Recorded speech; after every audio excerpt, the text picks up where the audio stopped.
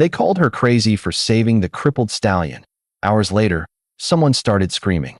The barn door slammed open before dawn, and a man's voice tore through the frozen dark of Coldwater Ridge, a sound no one in that valley had ever heard him make before, and no one would forget hearing after. Hours earlier, that same man had smiled at a woman he believed was too broken to fight back. He had been wrong about that for longer than he realized. By the time the sun cleared the eastern hills, the scream coming out of that barn would rearrange everything the town of Marrow Creek thought it understood about weakness, about mercy, and about a crippled horse nobody else had wanted. Before we go any further, ask yourself something.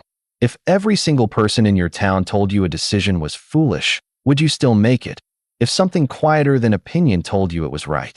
Eleanor Vance did exactly that, and what it cost her, and what it gave back to her, is the reason this story exists. Drop the name of your town or city in the comments before you keep watching tonight. Hit that like button, and subscribe if stories about quiet endurance and unexpected justice mean something to you. Because what happens inside that barn before sunrise will stay with you. Now let's go back to where it started, on a cold December morning that looked, at first, like nothing at all. The ranch sat at the end of a gravel road that almost nobody used anymore, 5 miles outside a town called Marrow Creek, where the hills rolled brown and stiff under a sky the color of dishwater left too long in the basin. Eleanor Vance had lived on that land for 31 years, first as a young wife trailing behind her husband with feed buckets banging against her knees, and now, at 58, as a widow trailing behind something far heavier than buckets. Dr. Thomas Vance had been the only large animal veterinarian most ranchers across 3 counties had ever fully trusted. A man whose truck was as familiar on those back roads as the mail carriers. A man who pulled calves at midnight and stitched torn flanks by flashlight without complaint. When the cancer found him, it did not find him quickly. It found him slow, patient, methodical, unwinding across 14 months of hospital corridors, whispered prognosis, and medical bills that arrived like a second disease layered directly over the first. Eleanor sold the northern 40 acres to cover the last, most desperate round of treatment. She never told a soul that. She let the town assume it was simply hard times, the kind that occasionally swallowed even careful ranch families, and she carried the actual truth alone, the way she had once carried the bedpans and the medication charts and the sound of his final breath in a room that smelled faintly of antiseptic layered over the fading scent of hay dust still clinging to his boots by the door. When he died, the house went quiet in a way that did not resemble peace. It resembled a breath held too long, waiting for permission it would never receive. The neighbors were kind for exactly as long as custom demanded, and then their kindness cooled into a different currency entirely, something closer to pity mixed uneasily with suspicion. Eleanor had never once balanced the ranch's books without Thomas seated beside her at the kitchen table, his reading glasses low on his nose. She had never negotiated a hay contract, never argued down a vet bill, never told a cattle buyer his offer insulted 30 years of careful breeding. Within a year of the funeral, the story circulating through Marrow Creek had hardened into something simple and unkind. The widow Vance was slipping. The widow Vance could not manage that ranch alone. Somebody ought to step in before she does something that cannot be undone. There had been a moment, early in that first year of widowhood, when the town's judgment might have gone another way. A handful of neighbors had shown up unasked that first spring to help her with calving season, and for a few weeks Eleanor had let herself believe the community might simply absorb her loss the way it absorbed most things out here, without ceremony, without permanent alteration to how she was seen. But help like that rarely sustains itself past the season it was offered for, and by summer the visits had thinned to nothing, replaced by the kind of distant, watchful concern that costs nothing and changes nothing, the kind that talks about a person rather than to them. Somebody had already appointed himself. Harlan Vance, Thomas's younger brother by 13 years, had built a modest insurance brokerage into the financial backbone of half the ranches in the valley, writing policies on livestock, equipment, land, and increasingly, on the quiet trust of people who had no obvious reason to withhold it from him. He wore an easy, unhurried smile, and a voice that never rose no matter what he wanted, which made it all the more unsettling on the rare occasions he didn't get it. He visited Eleanor twice a month, always with some small errand disguised as concern, checking a fence line here, offering to review a policy there, and always leaving behind the quiet suggestion that she stood one bad decision away from losing everything Thomas had spent a lifetime building. She had learned, over that first hollow year, to recognize his visits by the particular sound of his truck tires on gravel, a sound that lifted her shoulders toward her ears before he'd even climbed out of the cab. Winter that year came early and stayed mean. The pond froze solid by the second week of November. Eleanor kept exactly 11 head of cattle now, down from the 200 the ranch once carried. And most days her only real conversation happened with the animals themselves. Low words offered while she broke ice off the trough or forked hay into a manger that used to require far more of it. She had grown, without quite noticing the shift, into a woman who spoke mostly to creatures that could not repeat what she said, and there was a particular kind of safety in that, and a particular kind of loneliness too. Thomas had been the one who read the land, who could look at a cloud bank stacking over the western ridge and tell her, correctly, how many hours remained before the temperature dropped. Eleanor had absorbed fragments of that knowledge across 3 decades without ever fully trusting her own version of it, and now, alone, she found herself second-guessing whether the way she second-guessed almost everything else that used to live in the space between them. She kept his barn coat hanging by the back door, not entirely out of sentiment, though there was some of that too, but because the pockets still held things he had left there, a folding knife, a stub of pencil, a scrap of paper with a farrier's phone number neither of them had used in years. She had not moved a single item.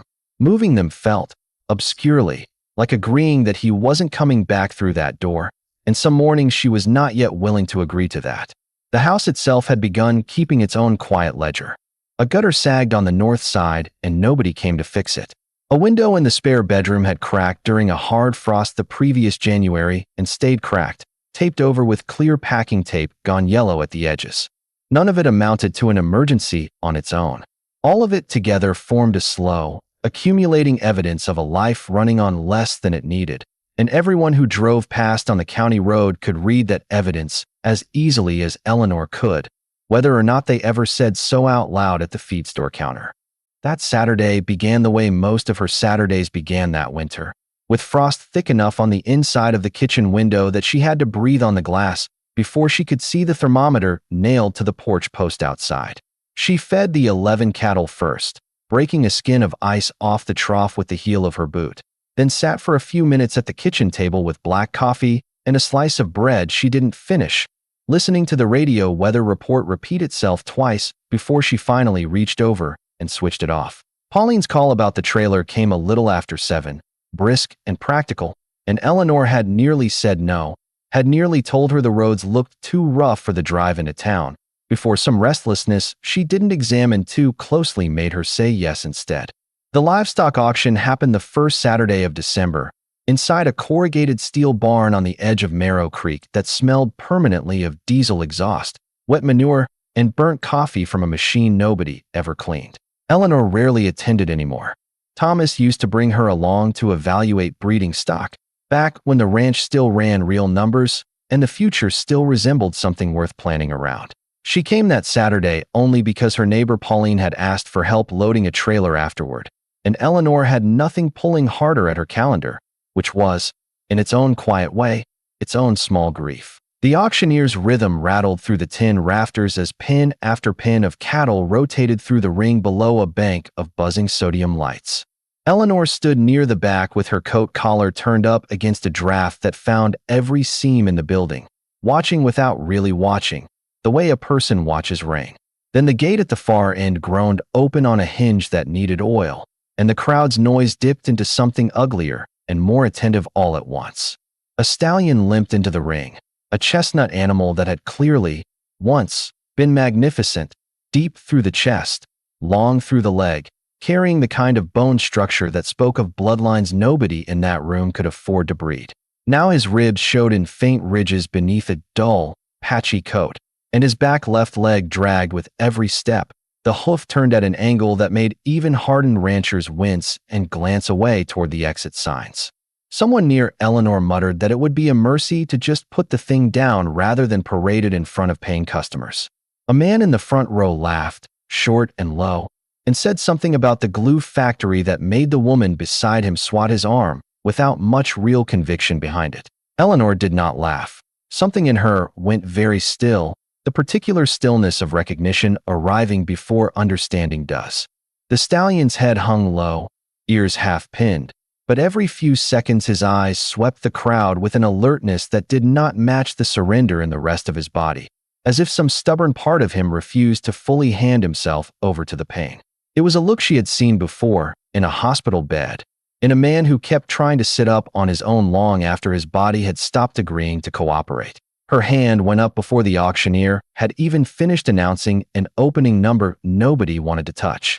A ripple moved through the crowd, heads turning toward her, because everyone in that barn knew exactly who she was, and believed they knew exactly what kind of decisions she'd been making lately. Harlan stood 3 rows over, arms crossed, a paper coffee cup forgotten in one hand, watching her with an expression that did not shift even as the bidding, such as it was, ended almost before it began. Nobody wanted to compete against a widow for a crippled stallion that most of them assumed would be dead within the month regardless of what she did with him. The gavel came down hard.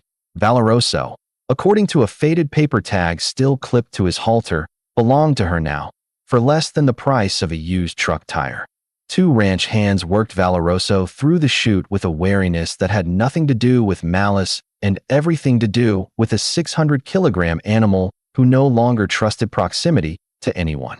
He balked twice at the trailer ramp, weight rocking backward onto the good leg, and each time Eleanor found herself stepping closer without quite deciding to, murmuring something low enough that only the horse could have heard it over the noise of the yard. By the time the trailer gate finally latched, a small knot of onlookers had gathered near the fence rail, arms folded, watching the transaction with the particular fascination people reserve for a spectacle they expect to end badly. Pauline caught her sleeve outside in the gravel lot, her breath fogging in the cold, voice pitched low with what sounded like real concern layered under real frustration. She asked Eleanor what on earth she thought she was doing, spending money she plainly did not have to spare on an animal that would likely die within weeks no matter what anyone did for him.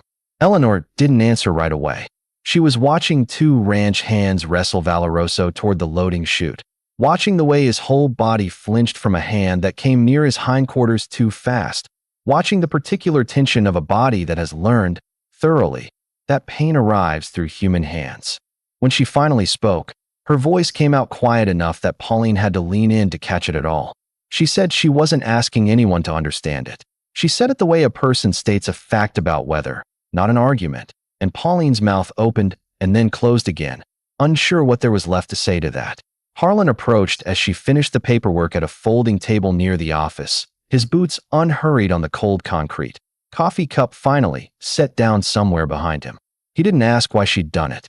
He simply observed, almost gently, that Thomas would have had plenty to say about a horse in that condition, and that it was a shame he wasn't around anymore to say it. The words found exactly the soft place they were aimed at, and Eleanor's pen hovered over the last line of the transfer form for one long second before she finished her signature and walked past him without offering a reply.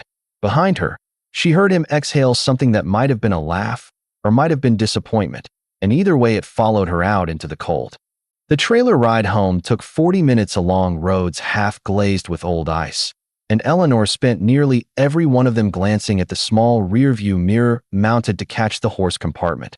Watching Valoroso's dark eye reflected back at her, wide, wet, and unreadable in the gray light. By the time she backed the trailer up to the old barn, dusk had already bruised the hills a deep purple, and the temperature had dropped enough that her breath hung in front of her face like something solid while she worked the ramp latch loose with stiff fingers. Getting him off the trailer took the better part of an hour. He did not want to move, and when he finally did, each step became a negotiation between exhaustion and something else, something that made him keep trying anyway, his bad legs swinging wide and planting with a stiffness that made the whole barn go silent except for the ragged sound of his breathing. Eleanor did not rush him.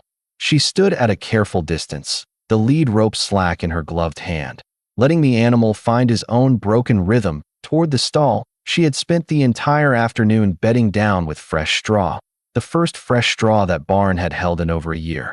She spent the hours between unloading him and midnight simply sitting on an upturned crate a few feet outside the stall door, not attempting to touch him, letting the barn's warmth and the low sound of her own breathing become familiar background noise rather than threat. Twice he startled at nothing at all, ears snapping toward some sound only he could register. And both times she stayed exactly where she was, offering nothing but stillness, until his weight settled again and his head dropped an inch lower toward the straw. It was the kind of patience Thomas used to practice with fractious animals, an almost boring, unglamorous discipline that had never made for interesting conversation, but had saved more lives on that ranch than any single surgical skill he possessed. It was close to midnight when she finally went looking for Thomas's old veterinary cabinet, rolled into the corner of the tack room, and untouched since the week of the funeral. The hinges complained loudly when she forced them open. Inside, everything sat exactly as he had left it, arranged with the obsessive precision of a man who trusted his instruments more than he trusted luck or timing. Hoof testers hung on their hooks. A portable radiographic unit, outdated by clinic standards but still functional, waited in its padded case, the same unit Thomas had used for field diagnostics whenever a horse could not be safely trailered anywhere else. A leather roll of surgical picks lay folded beside it, still faintly smelling of the disinfectant he used to keep them. She remembered, standing in the cold tack room with the cabinet doors still open, a night nearly 20 years earlier when Thomas had let her run the same unit alone on a colicking gelding while he scrubbed in for emergency surgery 2 counties over, talking her through the settings by phone with a patience she had not appreciated nearly enough at the time. He had told her once, half joking, that she had better hands for this work than she gave herself credit for, and she had laughed it off the way she laughed off most compliments meant to steady her rather than flatter her. Standing there now, decades later, the joke did not feel like a joke anymore. It felt like the only inheritance he had left her that might actually matter tonight. She wheeled the radiographic unit out to the barn on an old hand truck, moving carefully across frozen ground, and set it up outside Valoroso's stall with hands that seemed to remember the motions better than her mind did. Muscle memory built across years spent holding lights and passing instruments while Thomas worked beside her. The stallion watched every movement with an unblinking stillness, ears swiveling toward each metallic clank, but he did not pull away when she finally approached his hind leg with the sensor plate, murmuring nothing specific, just a low, even stream of sound meant only to say that nothing here tonight was going to hurt him. The image that came up on the small monitor screen made her go completely still, buried in the tissue surrounding the old fracture site, where a natural healing process should have shown the rough, disorganized knit of bone repairing itself over time. There was a shape far too clean, far too deliberate, to belong to any accident. A surgical pin, the kind used only in controlled orthopedic procedures, sat positioned in a way that would guarantee the leg could never set correctly no matter how many months or years passed. This had not happened by chance. This injury had been made permanent, on purpose, by someone who understood exactly what they were doing and why. Eleanor sat back hard on the overturned bucket she'd been using as a stool, staring at the small screen until the single bulb overhead buzzed and the wind found a gap in the old siding to whistle through. She thought about insurance forms filled out in careful, confident handwriting. She thought about policies written against valuable animals and payouts triggered neatly by documented, permanent unsoundness. She thought about a name that had been circling the edges of her life for a full year now. A man who always arrived offering help that somehow always required her signature first. She printed the image twice from the small built-in printer, folded one copy into the inside pocket of her coat, and hid the second beneath the false bottom of Thomas's old instrument case, a compartment he had built himself years earlier for reasons he never fully explained, a compartment only she and he had ever known existed. Outside, the wind picked up, and somewhere down the valley a dog barked twice and then went quiet, and Eleanor sat a long time in the dark barn beside a horse who had, without either of them quite realizing it yet, become a witness. She ran through the timeline in her head, slow and deliberate, the way Thomas used to walk through a diagnosis out loud even when no one else was in the room to hear it. Valoroso had been a competition jumper once, according to the auction paperwork, owned by a breeding operation 2 counties north that Eleanor vaguely recalled Harlan mentioning at some family gathering years earlier, back when his business was smaller and his smile hadn't yet calcified into something permanent. A catastrophic injury, a quiet sale at a loss, a policy, presumably, written somewhere in between those two events by someone who understood exactly how much a permanently unsound animal could be worth on paper, provided the right person filed the right claim at the right time. None of it proved anything yet. All of it pointed in the same uncomfortable direction. She did not sleep that night, not really. She sat with her coat still on in the kitchen, the printed image resting on the table in front of her beside a mug of coffee that went cold untouched, and somewhere past 2 in the morning, she caught herself talking out loud to an empty chair, the way she sometimes still did, asking Thomas what he would have done with proof like this in his hands. The chair, predictably, offered nothing back, but the question itself steadied her, the way it always had, even now. Harlan's truck came up the gravel road at 8 the next morning, earlier than his usual visits by a full 2 hours, which told Eleanor something before he had said a single word. She met him on the porch instead of letting him inside, arms crossed hard against the cold, watching him climb the steps with the easy, practiced warmth of a man who had never once considered that his welcome might eventually run out. He told her he'd already heard about the auction, word traveling the way it always traveled in a town that small. He told her it was, in his words, a generous thing she'd attempted, but that anyone with eyes could see the animal was suffering, and that prolonging suffering for the sake of a gesture wasn't kindness dressed up as anything. It was simple cruelty wearing a better costume. He offered, out of what he called respect for Thomas's memory, to personally cover the cost of a humane euthanasia, and he produced from his jacket a folded document, a custody transfer form that would place the stallion under his authority for what he termed proper and dignified disposal. Eleanor did not reach for the papers. He mentioned, almost in passing, that he'd already spoken to a man he knew at the state licensing board, that keeping an unsound animal in visible distress on her property could, in certain circumstances, invite an animal welfare complaint she would have no easy way of defending herself against, alone, without legal counsel, without the standing Thomas's name used to lend her automatically in rooms like that. He said it the way a man says something he wishes weren't true, gentle regret dressed carefully over what was, underneath, a threat plainly stated. He pressed gently, the way water presses against a dam rather than a wall, patient and thoroughly certain of eventual success. He reminded her, in a voice that never once rose, how the whole town already worried about her out here alone on that failing property. How a decision like keeping a suffering animal alive purely for sentiment would only feed that worry further. How it would be so much simpler, so much kinder to absolutely everyone, including the horse itself, if she simply signed where indicated. His pen was already uncapped, resting between 2 fingers, waiting.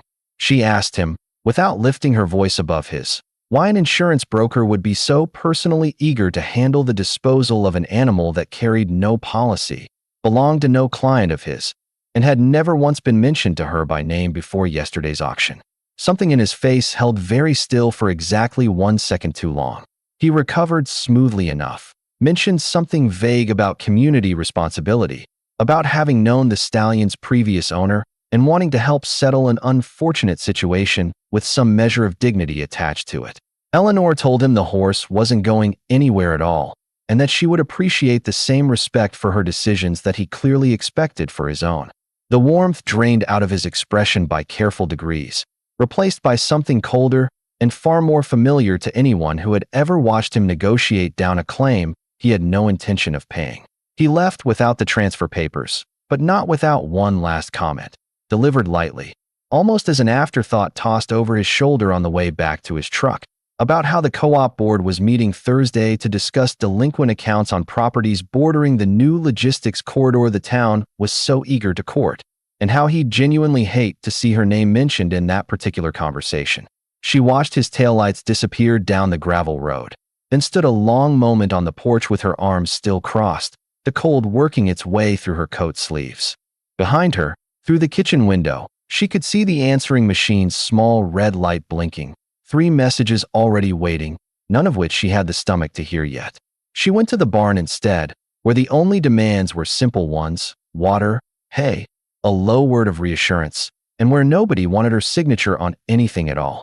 The power went out 2 days later, in the middle of the coldest stretch of the season so far.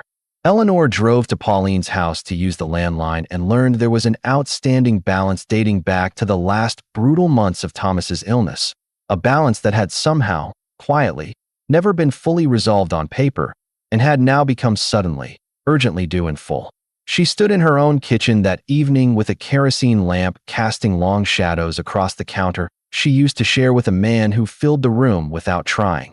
And out in the barn, Valoroso shifted his weight in the dark, favoring the leg that Eleanor now understood carried far more than an ordinary old injury. It carried evidence, and evidence, she was beginning to understand in her bones, made her genuinely dangerous to certain people and genuinely isolated from almost everyone else. Later that week, at the feed store in town, the clerk who had known her for 2 decades kept the conversation short and his eyes on the register rather than on her face. And outside on the sidewalk, 2 ranchers stopped talking the moment she passed, resuming only once the bell over the door had fully stopped ringing behind her.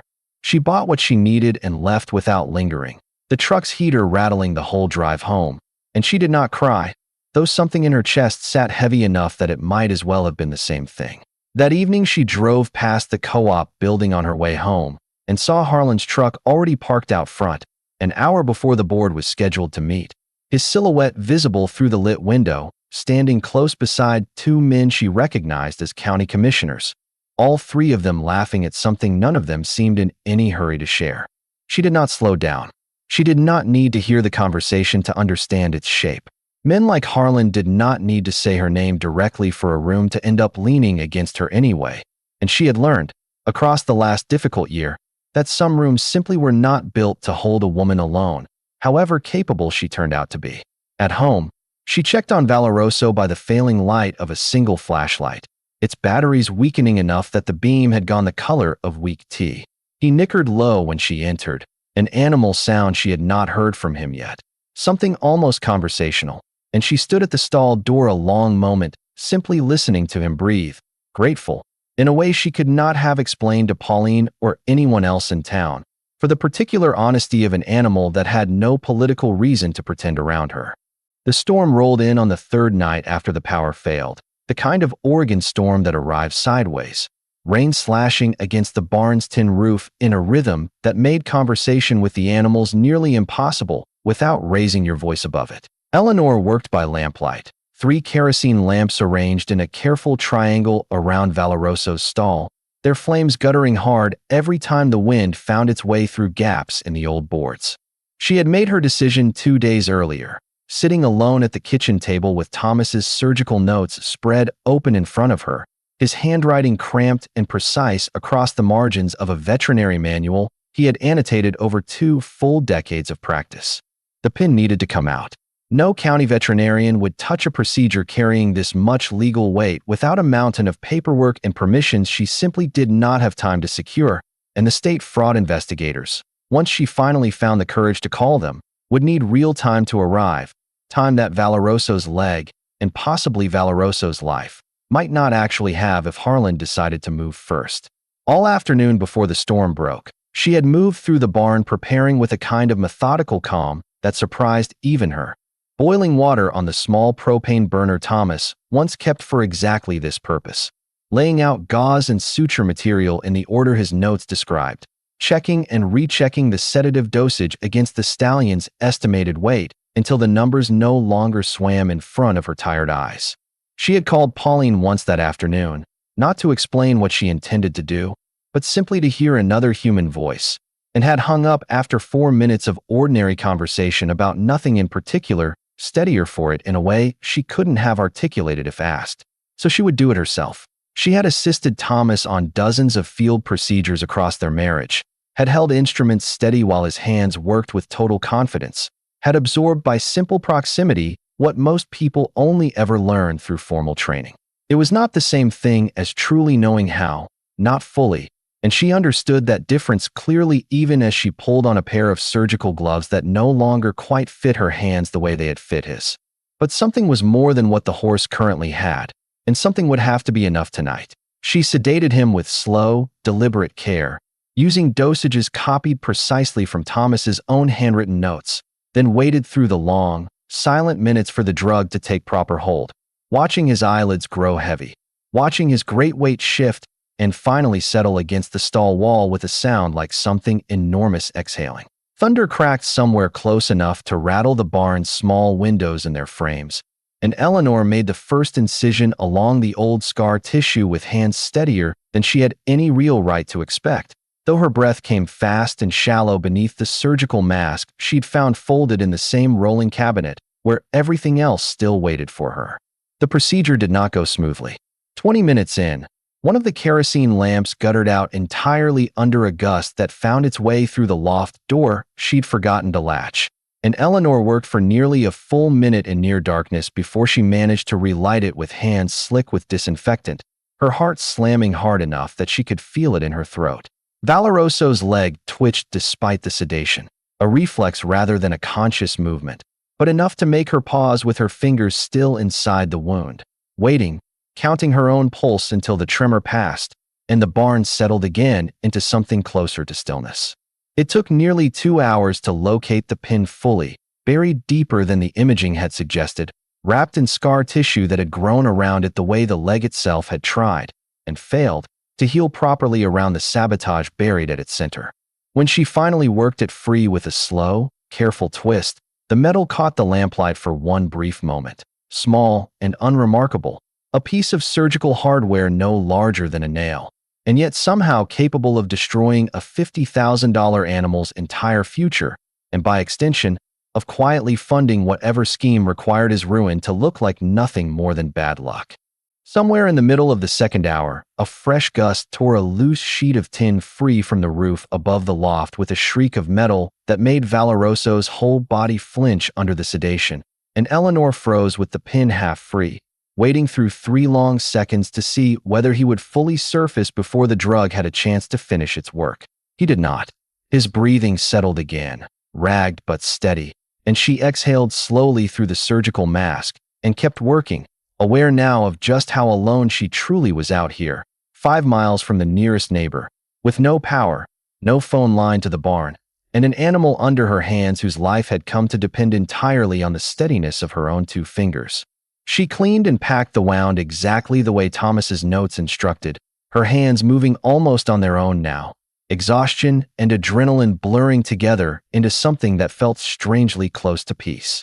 Outside, the storm finally began loosening its grip, rain softening from a roar into a low murmur against the roof. Valoroso's breathing deepened as the sedation thinned, and somewhere in the space between unconsciousness and waking, he shifted his great head and let it rest against Eleanor's chest, his breath moving warm against her collarbone in one long, shuddering exhale that seemed to empty something out of both of them at exactly the same moment. She stayed like that a long time, unmoving, one bare hand resting against his jaw, listening to the storm finish its business over the hills, and for the first time since Thomas's funeral, the barn did not feel like a place holding its breath. For a few quiet minutes, it felt like a place where something had finally let go. By the gray hour before true dawn, she had already made the call she'd been putting off for 3 days, first to the county sheriff's office and then, at their suggestion, to the state agricultural fraud division, whose night operator promised an investigator could reach Marrow Creek by mid-morning at the latest. She did not yet know that mid-morning would arrive too late to matter for someone else's plans that were already, at that very hour, being loaded into the back of a truck 5 miles down the road. The first sound was a truck door, closer to the barn than the house, its engine cut too quietly to be a coincidence. Eleanor was still awake, sitting on the same overturned bucket with a wool blanket around her shoulders, when she heard boots crossing gravel with the deliberate care of someone who did not want to be hurt at all. She rose slowly, every muscle in her back aching from the night's work, and moved to the small window at the front of the barn just as a flashlight beam swept low across the yard. Harlan came through the side door rather than the main one, flashlight in one hand and, in the other, a small hard-sided case that Eleanor recognized instantly from years of watching Thomas carry its near-identical twin, a field veterinary kit built for administering controlled substances to large animals quickly and without complication.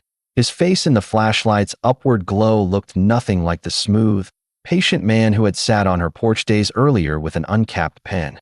It looked like a man who had run entirely out of other options and knew it. He told her, without any preamble at all, that the investigator's arrival didn't have to mean what she thought it meant, that horses die of complications constantly, that a compassionate euthanasia performed quietly before any official inspection would simply read, on paper, as an act of mercy toward a suffering animal, and that no imaging, no hidden pin, no evidence of any kind would matter in the slightest if the horse were already gone by the time anyone official actually arrived to examine him.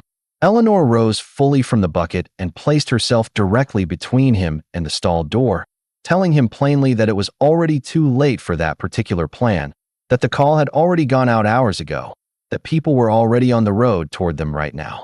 Something flickered across his face at that, quick and involuntary, the first honest thing he had shown her in over a year, and then it was gone again, buried back under the same practiced calm he had worn onto her porch days earlier. He did not stop moving forward. He told her, almost gently, that she was making this harder than it needed to be, that whatever she thought she had documented would mean very little once the animal itself was no longer available for anyone to examine. That paper without a body behind it rarely held up the way people assumed it would in a county this small, with a judge who had known his family for 30 years. Eleanor did not answer him.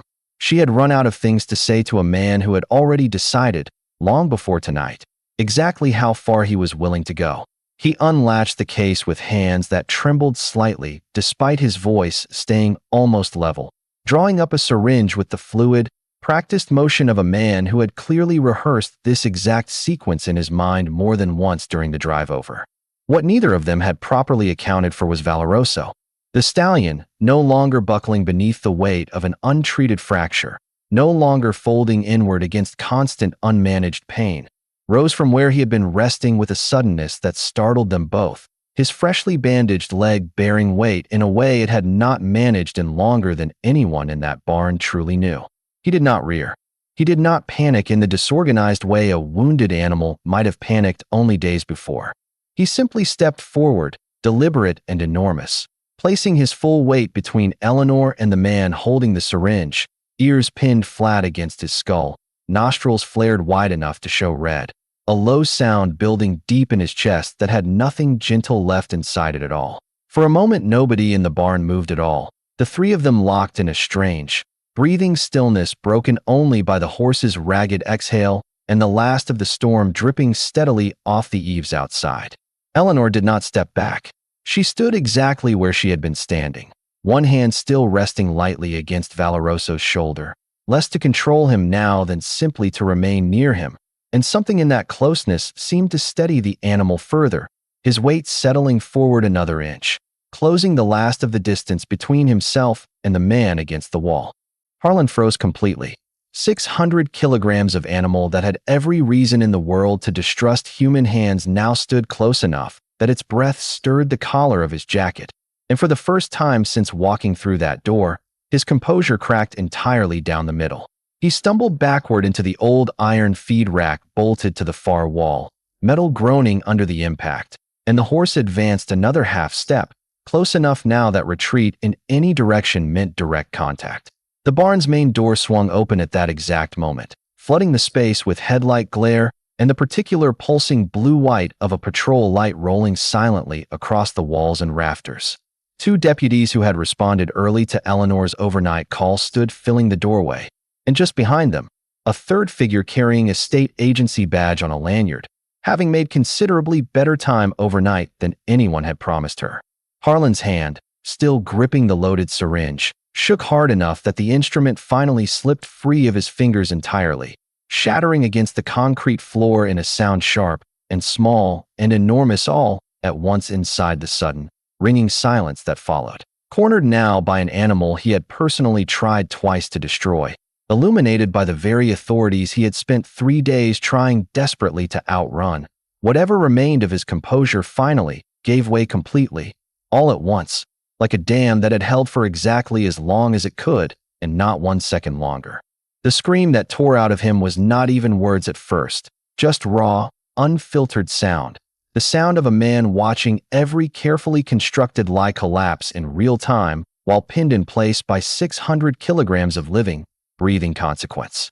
Then the words did come, tumbling out fast and disorganized in a confession nobody in that barn had actually asked him for yet. about the policy he'd written on a horse that was never truly his to insure, about the pin, about a payout he had been counting on for well over a year to cover debts nobody in Marrow Creek had ever suspected him of carrying, about how it was only ever supposed to be a horse, an animal, a single line item on a claim form, never meant to matter this much to anyone at all, least of all to him. The deputies moved Valoroso back with quiet, practiced patience once Eleanor stepped forward and laid a bare hand against his shoulder, murmuring low and steady until the tension finally left his frame in one long, visible shudder that seemed to travel the entire length of his body. Harlan was handcuffed against the same feed rack he had stumbled into moments earlier, his composure gone completely now, replaced by the flat, hollowed-out look of a man already calculating exactly how much he had lost in the span of 90 seconds. Eleanor gave her statement standing in the barn doorway as the sky finally lightened fully to gray, her voice steady in a way that surprised the younger of the two deputies enough that he glanced twice at his own notepad rather than at her face while he wrote. She answered every question plainly, without embellishment, describing the imaging, the pin, the procedure she performed without a license to perform it, and did not flinch when the investigator asked whether she understood that detail could complicate matters for her too. She said she understood it fine, and that she would do the same thing again regardless, and something in her flat certainty seemed to settle the question for him more thoroughly than a more careful answer might have. The state investigator photographed the shattered syringe still glinting on the concrete, the imaging printouts Eleanor produced from the false bottom of the instrument case, and the wound itself, carefully documented before the local veterinarian arrived at sunrise to properly redress it under legitimate supervision. Within the week, the full scope of the fraud unfolded publicly, splashed across the front page of the regional paper that Marrow Creek residents still actually read over coffee, revealing not only the insurance scheme built specifically around Valoroso's engineered injury, but two disturbingly similar claims Harlan had filed against livestock over the preceding 4 years, patterns nobody had ever thought to question closely, because nobody had wanted to question the man who personally wrote half their policies and knew most of their financial business besides. The co-op board that had once quietly discussed Eleanor's delinquent accounts now found itself discussing an entirely different category of liability. Pauline appeared on Eleanor's porch 3 days later, not with concern this time, but with a casserole dish balanced against one hip and an apology that came out clumsy and half-formed, the way real apologies usually do when they matter. Not everyone in town made that same turn so easily. Some neighbors stayed quiet and uncertain, unsure how to hold both versions of Eleanor Vance inside their heads at once. The fragile widow they had spent a year imagining, and the woman who had personally operated on a full-grown stallion by lamplight during a storm rather than surrender him to a man with a syringe. The trial itself never happened in the way the town expected. Harlan's attorney negotiated a plea within 6 weeks, sparing Marrow Creek the spectacle of a courtroom where half the witness list would have been neighbors testifying against a man who had handled their mortgages and their livestock claims alike for the better part of a decade. Restitution orders followed, slow and partial the way restitution orders often are, and Eleanor never saw a dollar of it, nor had she expected to. What she wanted from the outcome had very little to do with money, and everything to do with a horse who no longer had to fear the sound of a truck door in the dark. The power was restored once the utility company's clerical error was, quietly and without apology, acknowledged and reversed. The land she had sold years earlier during Thomas's illness stayed sold regardless. Some costs, once paid in full, simply do not reverse no matter how the surrounding story eventually changes shape. Eleanor never got those 40 acres back, and she carried the arithmetic of that loss the way she carried most things now, without display, folded quietly into the ordinary rhythm of morning chores and evening feed, a private ledger that balanced in her own way and answered to no one else. The two commissioners Harlan had been standing beside outside the co-op window that evening quietly withdrew their support for the logistics corridor once his name appeared in the fraud unit's public filing, and the project that had once threatened to swallow half the properties bordering town stalled indefinitely, then died the following spring without any formal announcement at all. Nobody in Marrow Creek ever thanked Eleanor for that outcome directly, and she never once brought it up herself, though she noticed, quietly, that the men who used to stop talking when she passed on the sidewalk had mostly started nodding to her instead. Spring arrived slower to Coldwater Ridge than it did to the lower valley floor, but it arrived. By April, Valoroso's gait had steadied into something that would never quite be perfect, a faint hitch remaining in the leg that had been broken twice, once through deliberate cruelty and once, necessarily, through rescue. It no longer seemed to matter to either of them. He followed Eleanor across the yard with the loose, unhurried devotion of an animal that had decided, somewhere inside a storm-lit barn months earlier, exactly whose side he belonged on, and had shown no sign of reconsidering since. Eleanor rebuilt the ranch slowly across that spring and into the summer that followed, not back into what it had once been under Thomas, but into something new that belonged entirely to her. A smaller operation focused now on rehabilitating horses other people had already given up on, animals carrying old injuries and older reputations. The exact kind of animal nobody but her ever bid on at those cold Saturday auctions. The instrument cabinet stayed in the tack room where it had always lived, its false bottom empty now, its careful contents returned fully to ordinary daily use. Word of what happened in that barn traveled slowly outward through the valley over the following months, and a few of the harder cases that arrived at her gate that year came specifically because someone, somewhere, had heard the story and thought of her first. She never advertised for the work. She never needed to. By autumn, a second animal arrived, a sway-backed mare nobody local wanted, delivered by a rancher 2 towns over who had heard, secondhand and imperfectly, about the widow who fixed what other people threw away. Eleanor took her in without asking many questions, the way she suspected she would keep doing for as long as her body allowed it. Valoroso watched the newcomer settle into the stall beside his own with an air of proprietary calm, as though he understood, in whatever way horses understand such things, exactly what kind of place this had become and exactly what his role in it now was. Pauline visited more often after that first casserole, and the 2 women fell into an easier rhythm than they'd managed in years. Coffee on the porch some evenings, Pauline talking and Eleanor mostly listening, which suited them both. Nobody in Marrow Creek ever again called her the crazy widow of the horses to her face, though Eleanor suspected the phrase still surfaced occasionally in kitchens she wasn't invited into, and she found, somewhat to her own surprise, that she had stopped minding whether it did. Some evenings, driving back from town with the truck bed loaded down with feed, she caught herself slowing at the top of the ridge where the whole valley opened out below her, the ranch small and stubborn in the distance, smoke curling thin from the chimney, and she would sit there a moment with the engine idling before continuing down, not out of hesitation anymore, but something closer to the opposite of it. It was, she had come to understand without ever needing to say it to another living soul, simply the shape her life had settled into now, imperfect, diminished in ways that would never fully mend, and entirely, unmistakably hers.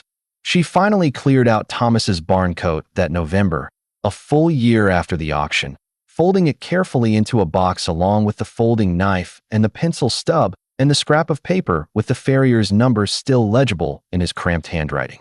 She did not do it because the grief had finished, exactly, but because something in her had grown sturdy enough to carry his memory without needing the coat on the hook to hold it in place for her. The hook stayed empty only a few days before she hung her own coat there instead, and the sight of it did not sting the way she'd braced for.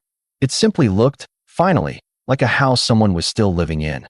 On quiet evenings, she still sat on the same overturned bucket in the barn, and Valoroso still lowered his great head to rest against her shoulder the exact way he had that first difficult night, the 2 of them keeping company in a silence that had long since stopped feeling like grief and had started, gradually and without ceremony, to feel instead like something closer to peace. The town still tells the story a little differently depending on who happens to be asked, but the barn itself remembers it exactly as it happened.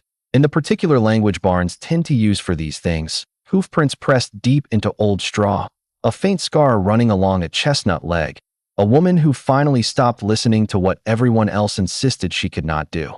Nobody ever thinks to ask the horse what he remembers of that night. Maybe he doesn't need to give an answer.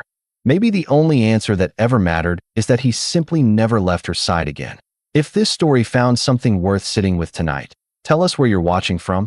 Tell us if you've ever protected something the rest of the world had already quietly given up on. And subscribe if you want more stories exactly like this one. There is always another barn out there somewhere, another storm building on the horizon, another quiet person nobody saw coming until it was already too late to stop them.